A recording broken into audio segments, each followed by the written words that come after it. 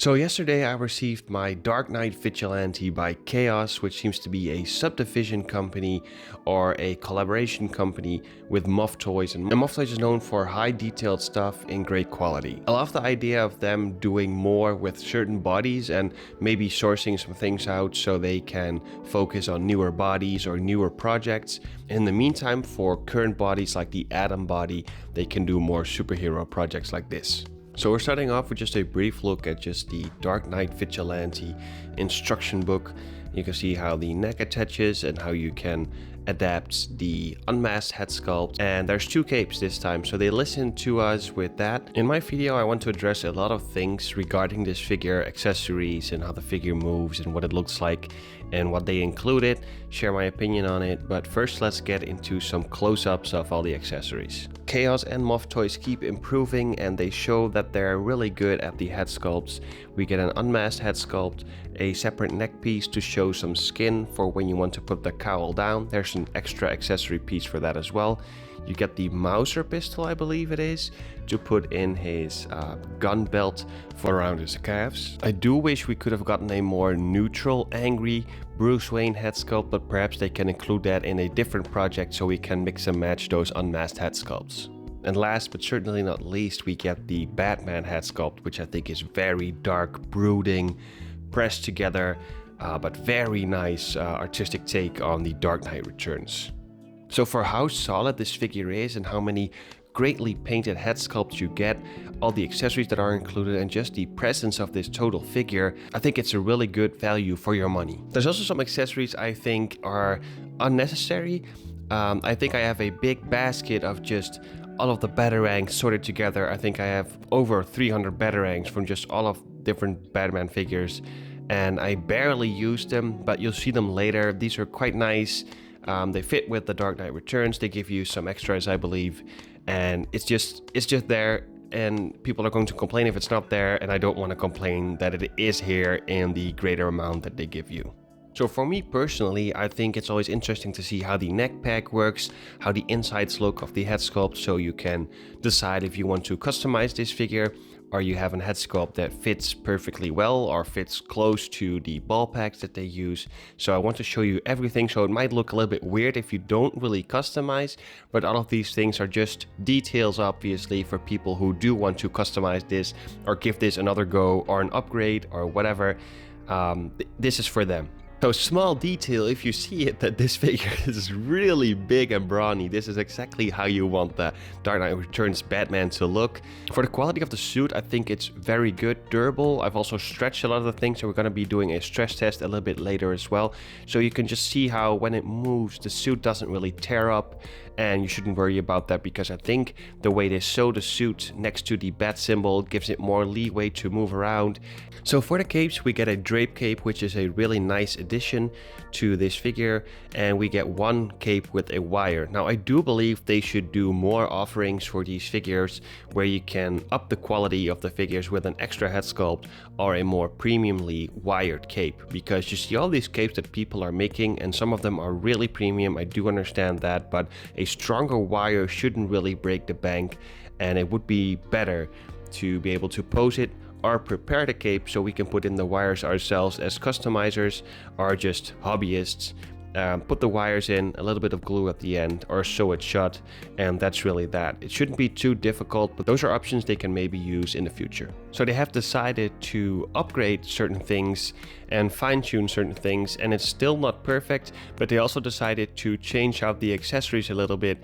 Now we did get a extra cape with wire and a drape cape. Now that is production costs as well, but we got one less head sculpt, and if I do want to be honest, then the unmasked head that we got is not really good for me personally. Not that the head sculpt isn't well made or well painted, but it's simply the expression that I don't really like. So here's more of a side to side with Batman and Superman. And as you can see, the cape is differently attached on Superman, but that doesn't mean it should be, well, just as good or better in the future. So they did improve that's really good that they listened to the fans, or they decided or saw themselves that they wanted to improve this, which is a good thing. But you can just see that on the National Defender they weren't really there yet with the cape, because when you post this cape it just falls and the wire is very weak.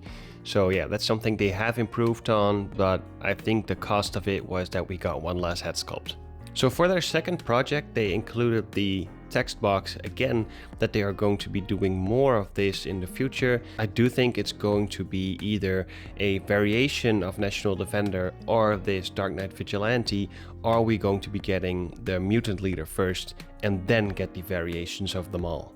And with the variations, I mean, perhaps we're going to be getting a different color scheme of Batman, maybe a bloodied version of Superman, or like battle damaged version. Same goes for Batman, and I do think a armored Batman is also imminent, and they should definitely do that because it's really good what they produce. I do think we get quite a tease from Chaos and Muff Toys because they released that battle damaged helmet, we get the kryptonite arrow, now we get the Batman. They have already shown the mutant leader, so I do think it's, well, just going to happen, but the question is when and how fast are we going to be getting that. And now coming back to this head sculpt, the unmasked one, you can see because the angry look is not really well matching with the suit. The suit is all complete and new and just looks really clean. This should have been more of a battle damaged one in my opinion. And if he's fighting, I do get it, but when would he be fighting with his mask off, unless this is supposed to be a extra head sculpt for people who are going to be getting the armored version, if that's ever going to be releasing in the future. I do like that we get the cowl that you can put around the neck, so it looks like he put his cowl just down, and it surrounds the cape very well. It's a little bit of a neck piece that makes the cape around it look cleaner, very nice look, and I do think that it would also work for a Batman v Superman one because the cowl is quite similar, of course. This is a incredibly bulky figure, and because of all the accessories and gauntlets, the articulation is limited but still pretty good for a big brawler Batman figure. And you can see here that in the elbow towards the gauntlet there's the piece that's going to be rotating, and because of the really huge biceps it doesn't really go any further. I will remove the hand and the gauntlet so you can see that the fabric sticks underneath, and sometimes the gauntlet can be in the way, and you should heat it up a little bit and put it a little bit more up on the arm so it gives you a little bit more room to put the hands in. And I do recommend that if you're going to switch up the hands, that you need to heat them up first because they don't really attach well, and if you force it into there it might break one of the two plastic pieces, even though they're quite good quality and the gauntlet is flexible. So just heat it up a little bit to be safe. Here I wanted to do the crunch pose that is on one of the covers for the blue suit, and I first thought that these really supposed to be that look, so you could try to recreate that, but it's actually to hold the batarangs, and I put them all in there, and you can see that a lot of the pieces like this restrict movement for the plastic trunks. They can be removed obviously if you want some soft fabric trunks, but this just looks cleaner in the long run in my opinion. And yeah, it just doesn't have a lot of flexibility, but it's still a atom body by Muff Toys, so it's just really good. But for this figure, what more do you expect him to do? It's an old guy, and I think it's really good. And some people say, well, it should be more and more and more, but in my opinion, it should just do some good action poses and be a little flexible and have a really good vanilla pose and be a sturdy, good quality build figure, so you can put it and it's like a really tough, heavy feeling figure. And yeah, it just does what it needs to do, in my opinion, for what this character is and represents. You can see that you can do some action poses, and here it almost looks like Wolverine. But the flying poses, walking poses, everything looks very, very tough, and I wouldn't want to fight this guy at all.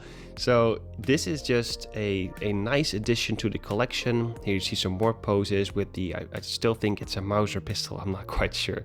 Maybe if I played Call of Duty or Battlefield right then, I should know that this is a Mauser pistol, but I'm not sure. In conclusion, I want to say that this is a very complete figure for the Dark Knight Returns.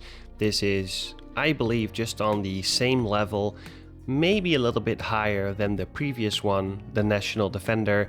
It fits in nicely. It's a modern 6-inch scale, so it's taller than a Mezco Batman. It's just I think a centimeter or half a centimeter. I've showed you in the pictures, but here you can see what it looks like with more characters, some custom figures that I had made or made myself. Especially Bruno, I made myself completely. I can't show everything of that, and you will probably know why that is. You didn't get a rifle. I included the Mezco rifle. It's too small. The plastic wrap doesn't really go around it, so you can't really make him hold it like that. So you need a different gun or a different attachment piece so you can hang it around his shoulder. Here he is on the McFarlane horse, pretty good. The horse sucks, but the figure looks good on it. And some more action poses, and with the Joker, man, they should do a Joker and just get all of these characters out there as soon as possible. But I honestly think that the color variations will be up next, or battle damage versions, but secretly I'm hoping that the mutant leader or an armored Batman comes first.